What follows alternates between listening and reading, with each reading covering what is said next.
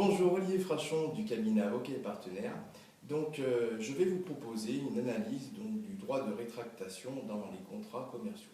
Alors, dans un premier temps, il faut savoir qu'on a une réforme en la matière, une réforme qui a été opérée par la loi Hamon en mars 2014, qui a fait passer le délai de rétractation de 7 à 14 jours.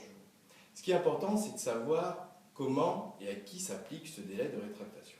Dans un premier temps, ce droit de rétractation va s'appliquer dans une relation entre un consommateur particulier et un vendeur professionnel. Ça, c'est du classique. Par contre, ce qu'il faut savoir, c'est que ça ne s'applique pas à chaque achat. Le premier achat qui est concerné, c'est la vente à distance. Typiquement, la vente à distance, ça va être la vente conclue par un site internet. C'est-à-dire, le vendeur et l'acheteur vont conclure le contrat exclusivement par un moyen de communication à distance. C'est-à-dire qu'ils ne vont jamais se rencontrer et ils n'auront pas vocation à se rencontrer pour être dans cette catégorie de vente à distance pour appliquer ce droit de rétractation. Deuxième point, on a aussi ce droit de rétractation dans les ventes qu'on appelle ventes hors établissement. Alors, c'est ce qu'on appelait anciennement le démarchage à domicile.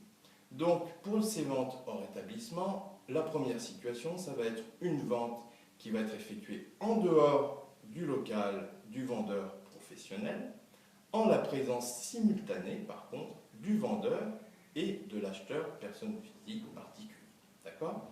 Ensuite, dans un second temps, la vente hors établissement est aussi applicable lorsque la vente se fait dans les locaux du vendeur professionnel, mais que le démarchage du consommateur particulier a été effectué en dehors des locaux du professionnel. Donc c'est classiquement le démarchage à domicile. Ça nécessite la présence physique lors de ce démarchage du vendeur et du consommateur. Autre particularité et nouveauté du coup de cette loi Hamon, c'est que ce droit de rétractation va aussi s'appliquer entre un vendeur professionnel et un acheteur professionnel aussi.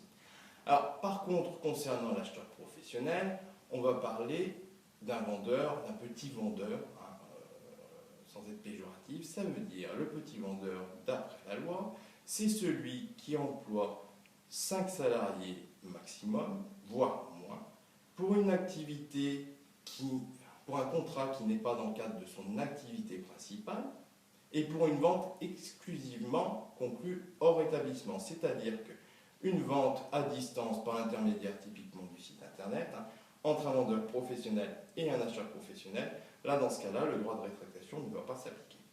Quand on est dans des ventes hors établissement et sous réserve du respect des conditions que je vous ai précisées, dans ce cas-là, le droit de rétractation peut et va être applicable, donc un droit de 14 jours, sachant par contre, petite difficulté qui a été intégrée avec cette nouveauté, c'est qu'on parle toujours de notion d'activité principale qui n'a pas été en réalité définie par le législateur.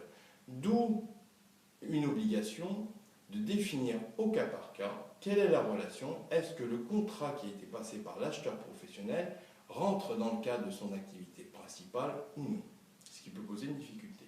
D'où l'intérêt de recourir à l'expertise de professionnels en la matière.